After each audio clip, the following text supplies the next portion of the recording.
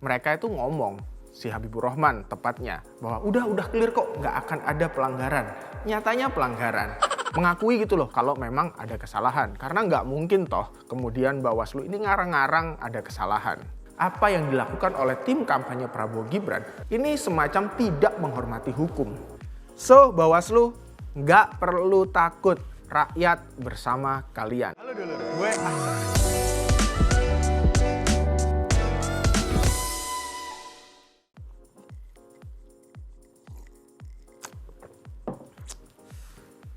Halo dulur, gue Ahsan. Selamat datang lagi di Think Tank. Belakangan ada berita yang menarik. Bawaslu Jakarta Pusat itu memastikan atau memutuskan bahwa acara Gibran Rakabuming di CFD yang bagi-bagi susu itu ternyata masuk ke kategori pelanggaran kampanye. Padahal dari tim kampanye nasional Prabowo pas waktu nganterin Gibran klarifikasi nih ke Bawaslu Jakpus itu, mereka itu ngomong, si Habibur Rahman tepatnya, bahwa udah clear kok, nggak akan ada pelanggaran. Nyatanya pelanggaran. Dan hasil rekomendasi dari Bawaslu Jakarta Pusat ini sedang diteruskan. Tapi yang menarik di sini adalah Bawaslu yang menyatakan Gibran bersalah malah sama TKN-nya Prabowo Gibran ini diancam bakalan dilaporin ke DKPP atau Dewan Kehormatan Penyelenggara Pemilu. Ini agak gimana gitu ya menurut gua. Ya udahlah kalau emang itu pelanggaran ya diterima aja harusnya sanksinya atau dilihatlah sanksinya itu apa teguran atau apa dan lain-lain. Mengakui gitu loh kalau memang ada kesalahan karena nggak mungkin toh kemudian Bawaslu ini ngarang-ngarang ada kesalahan. Kejadian yang kayak gini ketika kubu Prabowo Gibran itu dinyatakan bersalah, terus kemudian ada pelaporan balik dari kubunya Prabowo Gibran, ini juga bukan sekali aja. Sebelumnya, ketika kemudian viral, ada baliho Prabowo Gibran di Welcome to Batam atau di landmarknya kota Batam. Setelah viral itu, Bawaslu bertindak. Kemudian Bawaslu nyopot itu baliho. Tahu nggak apa kemudian yang terjadi? Ternyata tim kampanye daerahnya Prabowo Gibran yang ada di Batam ngelaporin Bawaslu Batam itu ke polisi. Macam tak betul je budak ni. Lagi-lagi harusnya kalau memang itu salah, dan jelas menurut gue juga itu salah sih. Karena landmark Welcome to Batam ini kan fasilitas publik. Nggak bisa dong di situ kemudian dijadiin tempat baliho kampanye. Dan Bawaslu juga terbukti menyatakan itu nggak bisa. Pada akhirnya dicopot lah itu balihonya. Lagian kan kasihan turis-turis yang mungkin nggak cuma orang Indonesia gitu kan. Lagi pengen ke Batam, terus pengen foto di situ. Mereka nggak mau kan terlihat politis, kok ternyata di belakangnya ada foto Prabowo Gibran. Mungkin yang orang lokal pun bukan pendukung Prabowo Gibran, akhirnya terkesan jadi kayak pendukungnya Prabowo Gibran. Dan di berita kita pun ngeliat waktu itu banyak turis yang kemudian males foto di landmark itu. Padahal landmark itu kan yang kemudian menarik minat para wisatawan. Lah kalau gara-gara banner Prabowo Gibran itu terus wisatawan ke Batam menurun, yang rugi kan masyarakat juga. Tapi oke lah, kita balik lagi ke soal Bawaslu tadi. Di sini kita melihat sudah ada dua kejadian ketika Bawaslu ini mencoba bertindak tapi dibales oleh tim kampanyenya Prabowo Gibran. Artinya mereka nggak terima nih tim kampanyenya Prabowo Gibran. Kalau menurut gua, apa yang dilakukan oleh tim kampanye Prabowo Gibran ini semacam tidak menghormati hukum. Meskipun ada mekanismenya, oke lah mereka mungkin bisa banding atau apa. Tapi masyarakat pun sebenarnya bisa melihat mana yang pelanggaran dan tidak pelanggaran. Wong misalkan yang masalah bagi-bagi susu di Car Free Day.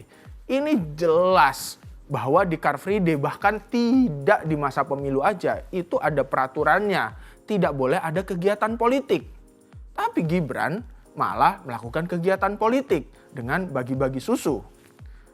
Waktu itu sempat ada klarifikasi bahwa susu ini nggak tahu dari mana.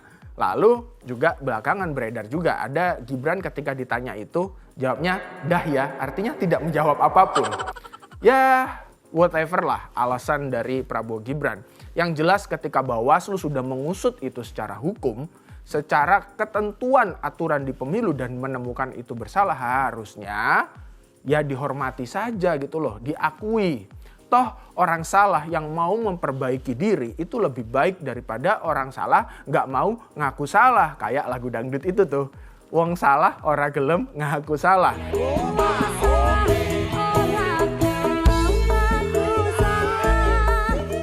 Itu kan kayak menunjukkan kejumawaan. Ada sisi kemudian menunjukkan bahwa gua bisa kok melampaui aturan. Terkesan kemudian kayak gitu kalau bisa gua tafsirkan atau gua lihat, dan begitupun juga masyarakat kebanyakan lihat. Dan itu kita kalau mau ngelihat di media sosial, misalkan pada 2 kasus itu banyak loh orang-orang itu kemudian mempertanyakan apa sih maksudnya dari tim kampanye Prabowo Gibran ini, kok kayak nggak mau disalahin, kok kayak malah nantangin Bawaslu, kok kayak malah nantangin hukum. Padahal kan kita ini butuhnya ke depan gitu adalah pemimpin yang juga bisa menegakkan hukum. Kalau ini Bawaslu yang udah jelas-jelas lembaga penegakan aturan pemilu, penegakan hukumnya pemilu, yang dibentuk agar pemilu ini berjalan dengan jujur dan adil, kemudian tidak dihormati keputusannya, tidak dilihat dengan kacamata yang benar-benar seimbang dengan keputusan Bawaslu dan merasa malah tidak terima dengan keputusan Bawaslu. Loh, ini gimana nantinya kalau mau menegakkan hukum di negeri ini?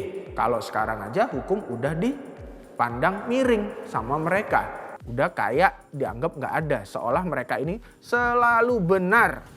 Padahal kan nggak ada loh sebenarnya orang yang selalu benar. Ya udahlah, kayak gue bilang tadi, kalau ada kesalahan perbaiki aja. Di medsos pun seperti gue bilang tadi, publik akhirnya makin nggak simpati dengan tindakannya Prabowo Gibran. Bahkan publik hari ini sangat menunggu, rakyat ini sangat menunggu ketegasan dari penyelenggara pemilu untuk menjalankan pemilu ini secara jujur dan adil, terutama Bawaslu. Ketegasan Bawaslu untuk kemudian menindak segala pelanggaran pemilu tanpa tebang pilih. Nggak peduli calon A, calon B, atau calon C. Kalau kemudian terbukti bersalah, ya tindak aja.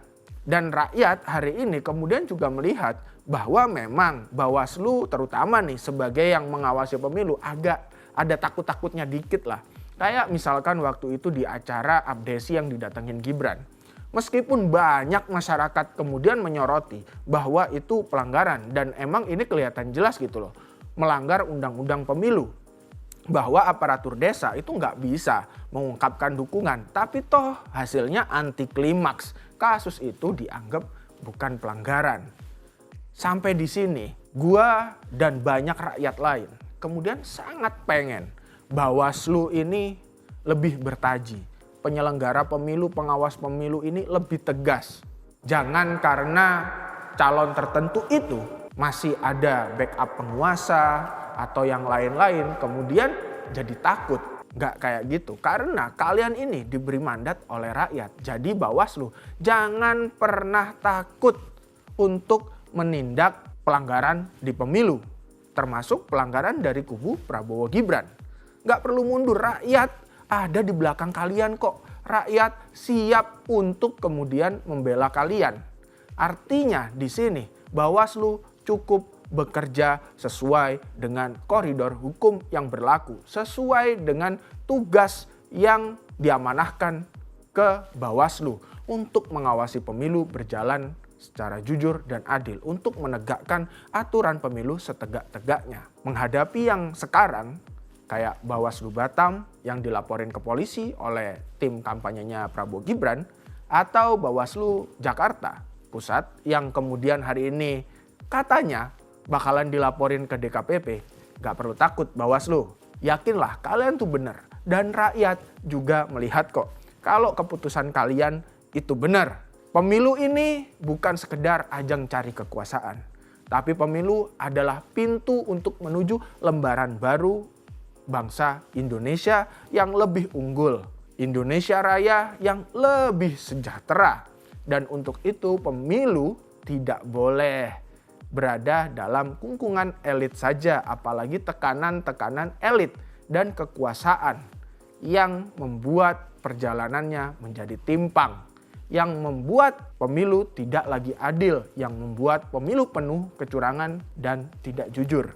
Kita ingin pemilu, dan tentu saja rakyat Indonesia semuanya juga ingin pemilu kali ini benar-benar menjadi pemilu yang membuka masa depan yang lebih terang. So, Bawaslu nggak perlu takut, rakyat bersama kalian. Thank you.